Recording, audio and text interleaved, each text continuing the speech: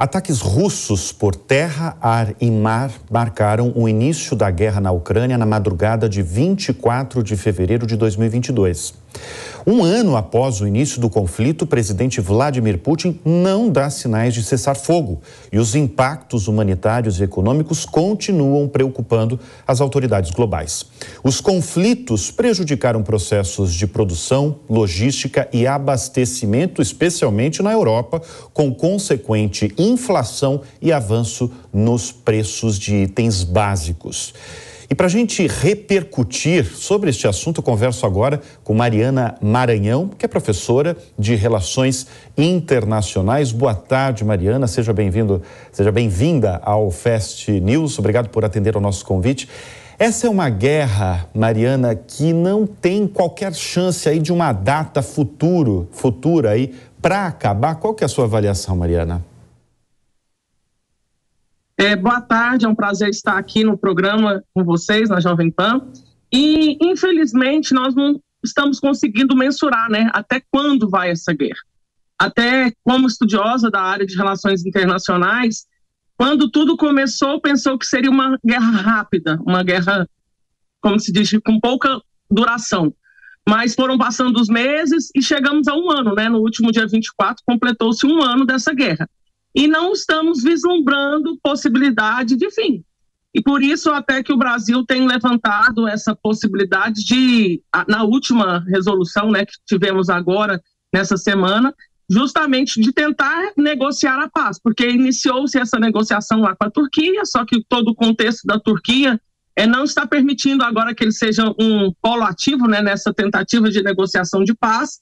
E o Brasil está tentando tomar essa frente nessa negociação de paz, porque não sabemos até quando irá essa guerra. Mariana, a gente acompanha, evidentemente, desde o começo dessa guerra, Como você bem falou, as pessoas, todo mundo achava que ia ser uma coisa breve, A gente está completando um ano sem qualquer data do fim. Mas além da tragédia humanitária, com milhares aí de mortos, a gente acompanha desde o começo várias sanções econômicas. Eu mesmo aqui, diariamente, em fevereiro, março, abril, eu reportava aqui no Jornal da Manhã, no programa Business aqui da Jovem Pan, a sucessão de empresas globais que retiravam seus negócios da Rússia. A gente está falando desde as gigantes de tecnologia, da Apple, da Amazon, saindo da Rússia, até outras empresas de varejo. Assim, foi uma coisa inédita, a gente nunca tinha visto isso, uma sucessão de empresas saindo, anunciando abertamente que estavam saindo, deixando seus negócios da Rússia. A gente está vendo que isso, de certa forma, não adiantou. Como é que você acompanhou essa trajetória aí das sanções econômicas, principalmente vindo dessas empresas, e se teve algum resultado na prática? Essa questão dos bloqueios econômicos, observamos um fato muito curioso. Porque foram bloqueios econômicos especialmente vindos do Ocidente, das multinacionais ocidentais. E isso não aconteceu da mesma forma de outros parceiros da Rússia. Por isso que nós não vimos surtir tantos efeitos. Porque China e Índia continuaram a negociar com a Rússia, continuaram a fazer compras e, ao contrário, conseguiram até negociar preços mais baixos, justamente porque não tinham concorrência. E esse é um contexto dos bloqueios econômicos. Acabou que os bloqueios econômicos, em muitas situações, foi pior para a Europa do que para a própria Rússia, porque a inflação que a Europa está vivendo atualmente, e quase todos os países da Europa não escaparam dessa situação, e não só a Europa como o mundo, o Brasil, próprios Estados Unidos, relacionados à questão da guerra. Então, os bloqueios econômicos, eles só surtiriam efeito se tivessem sido mesmo feitos de escala global, mas não foi assim que aconteceu. Porque a Rússia tem parceiros, a Rússia mais ou menos calculou essa guerra, de como ela poderia se comportar diante disso. Você lembrou bem aí sobre essa relação, talvez até um pouco velada aí com a China, mas eu queria chamar a atenção que às vésperas do aniversário, Putin colocou a culpa da guerra no Ocidente, enquanto os Estados Unidos anunciaram um apoio aí de 500 milhões de dólares às tropas ucranianas. Isso às vésperas desse, abre aspas, aniversário de 1 ano, né, da guerra. E isso durante uma visita secreta do presidente Joe Biden à capital do país, Kiev. Qual que foi o impacto, na verdade, qual está sendo o impacto aí, por exemplo, do presidente Joe Biden indo até Kiev? Você acha que isso pode ajudar, prejudicar? Eu imagino que, na verdade, está continuando esses impactos, né? Sim, os impactos da guerra, essa visita recente do Biden a Kiev, né, à Ucrânia, não foi visto com bons olhos pela Rússia. Vladimir Putin, inclusive, nesse domingo, eu já acompanhando aqui os acontecimentos para estar aqui com vocês no jornal, ele manifestou de que, na verdade, a OTAN está participando sim da guerra. Não está participando diretamente, mas indiretamente, porque eles estão enviando bilhões de dólares em armas à Ucrânia. Sem essa ajuda, a Ucrânia já teria perdido.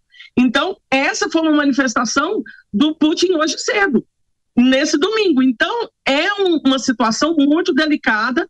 Eles falam que a força de Kiev vem justamente pela participação que os Estados Unidos e toda a OTAN está dando à Ucrânia.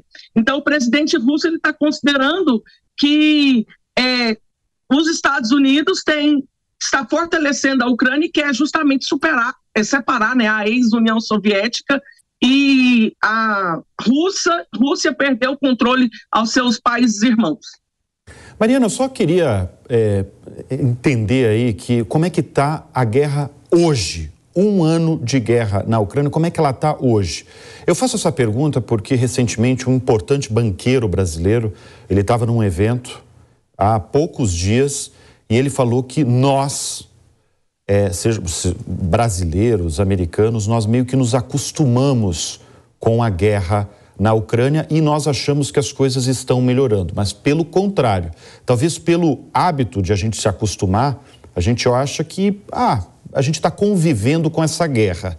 Mas ele alertou que as coisas, de certa forma, nos últimos tempos, talvez até estejam piorando. Você que está acompanhando aí, como professor aí de Relações Internacionais, eu queria que você desse um panorama hoje. Como está a guerra? Em que pé está? Ela está piorando mesmo, como avaliou esse importante banqueiro brasileiro? Eu não posso discordar dele. Nós estamos vivendo dias assustadores para os estudiosos de relações internacionais. Muitos até comparam ao período da Guerra Fria, da época de Cuba.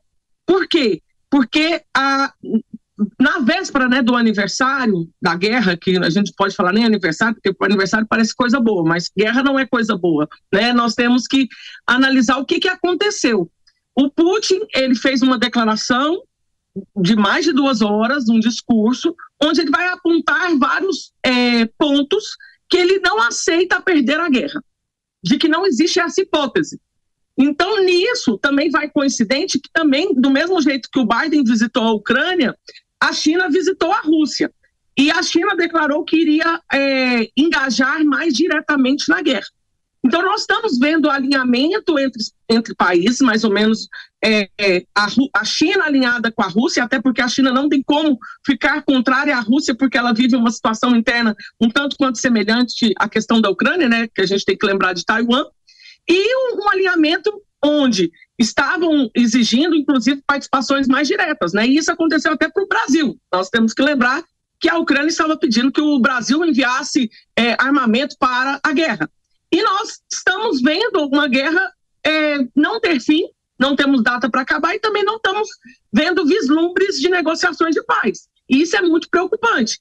Alguns estudiosos de relações internacionais, eles vão falar que isso está muito semelhante não só ao período da Guerra Fria, mas o período de entre-guerras antes da Segunda Guerra Mundial, que seria uma ideia de um silêncio e uma inação do mundo, meio que acostumado, e, de certa forma, o ativismo dos maus está crescendo. Então, é um momento muito delicado. Lógico que a gente não tem que entrar num pânico, mas merece uma atenção. Por isso que essa última resolução que foi aprovada pela Assembleia Geral da ONU, o Brasil até teve uma mudança de posicionamento. O Brasil, desde o início da guerra, ele estava votando pela abstenção. Nessa última, ele já vota a favor da retirada das tropas da Rússia da Ucrânia. Então, nós estamos vivendo um contexto já diferente, porque precisa, gente, um ano de guerra não é pouco tempo. As consequências, né, são terríveis. O número de refugiados, a Europa inteira está sentindo, o mundo inteiro está sentindo, e temos que caminhar, sim, para uma possível paz entre esses países. O lamentável, Mariana, é que a gente não tem uma data qualquer aí de fim dessa lamentável guerra, dessa tragédia humanitária também. Nós conversamos aqui no Fast News com a Mariana Maranhão, professora de Relações Internacionais. Muito obrigado pela presença aqui no Fast News. Obrigada a vocês, foi um prazer falar um pouco desse contexto atual da guerra e na torcida para que cheguemos, sim, em dias de paz.